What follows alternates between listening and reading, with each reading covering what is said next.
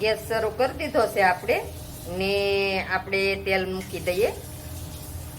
તો જેટલું તમારે શાક હોય એ પ્રમાણે તમારે તેલ લેવાનું છે. તો હું શાક પ્રમાણે તેલ લઉં છું. તેલ આવી ગયું છે આપણે, તો એમાં રાઈ નાખી દઈએ આપણે.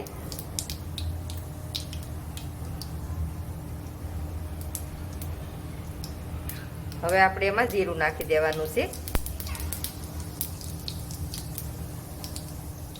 હવે આપણે આદુ ને મરચાંની પેસ્ટ છે તો એ નાખી દેવાની છે.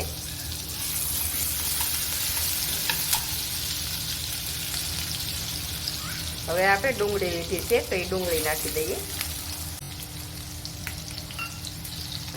હવે આપણે એને ચેડવી લઈએ થોડીક વાર ડુંગળીને.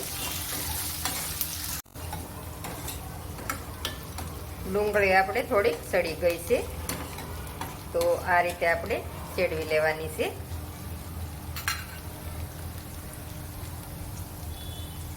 હવે આપણે એમાં ટમેટું નાખવાનું છે.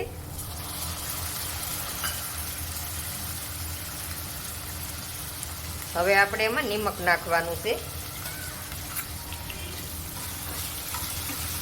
ટમેટાની ઉપર નિમક નાખી દેવાનું એટલે ફટાફટ ટમેટું સડી જાય. તો આ રીતે આપણે મિક્સ કરી લઈએ બધું. હવે ગેસ આપણે મીડિયમ રાખી ને ઢાંકી દેવાનું છે. ને આપણે જોતું જવાનું છે ને હલાવતું જવાનું છે ને ચેડવતું જવાનું છે. તો એ રીતે આપણે ચેડવી લઈએ. હવે આપણે સડી ગયું છે ટમેટા અને ડુંગળીને, તો એને આ રીતે આપણે મિક્સ કરી લઈએ. તો આ રીતે આપણે ચેડવી લેવાનું છે ટમેટા અને ડુંગળી બે વસ્તુ.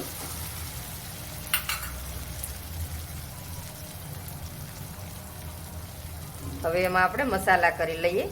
તો હળદર નાખી દઈએ, થોડીક હિંગ નાખી દઈએ, થોડુંક લાલ મરચું નાખવાનું છે કેમ કે આપણે મરચાંની ને આદુની પેસ્ટ નાખી છે એમાં.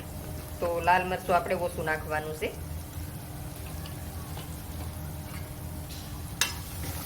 હવે આપણે મિક્સ કરી લઈએ મસાલો.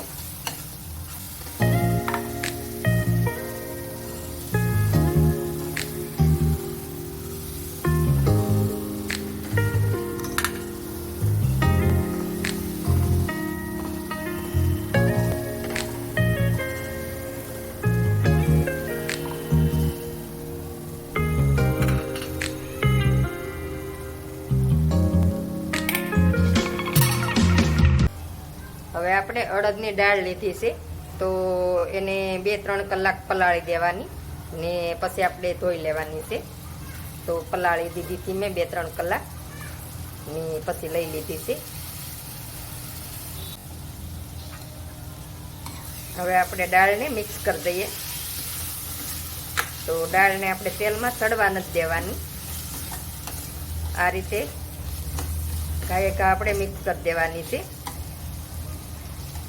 હવે આપણે એમાં પાણી નાખી દેવાનું છે. તો જેટલી દાળ હોય તમારી પ્રમાણે સડી જાય એ પ્રમાણે તમારે પાણી નાખી દેવાનું ને સડે એમ વચ્ચે વચ્ચે આપણે હલાવતી જવાની છે. હવે આપણે એને ઢાંકી ને સડવા દઈએ ને વચ્ચે વચ્ચે આપણે એને હલાવતી જવાની છે કેમ કે અડદની દાળ હોય એટલે નીચે બેહવા કરે. તો હાલો હવે એને આપણે ચેડવી લઈએ.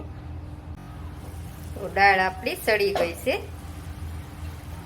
તો વચ્ચે વચ્ચે આપણે હલાવતા ગયા ને ચેડવી લીધી છે કેમ કે અડદની દાળ હોય એટલે તળિયે બેસી જાય. તો દાળ આપણી મસ્ત બની ગઈ છે. હવે આપણે એમાં લીલા ધાણા નાખી દઈએ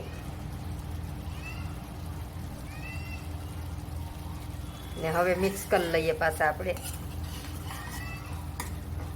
તો હાલો હવે આપણે ગરમ ગરમ દાળને પીસી લઈએ. અડદની દાળ આપણે બનીને તૈયાર થઈ ગઈ છે. તો હવે આપણે પીરસી લઈએ. મસાલાવાળી દાળ આપણે અડદની બનાવી નાખી છે ને સરસ મજાની બનીને તૈયાર થઈ ગઈ છે. તો તમે આને રોટલા હારે કે રોટલે હારે કે પરોઠા હારે ગમે એને હારે તમે ખાઈ શકો. તો વધારે તો આ દાળ આપણે રોટલા હારે જ મજા આવે ખાવાની, અડદની દાળ. તો આ રીતે બનાવીને ટ્રાય મારજો જરૂરથી, કેવી બની કેવી નહીં તો કોમેન્ટમાં મને કહેજો. ને મારા વિડીયા ગમતા હોય તો લાઈક શેર ને સબસ્ક્રાઈબ કરવાનું નહીં ભૂલતા.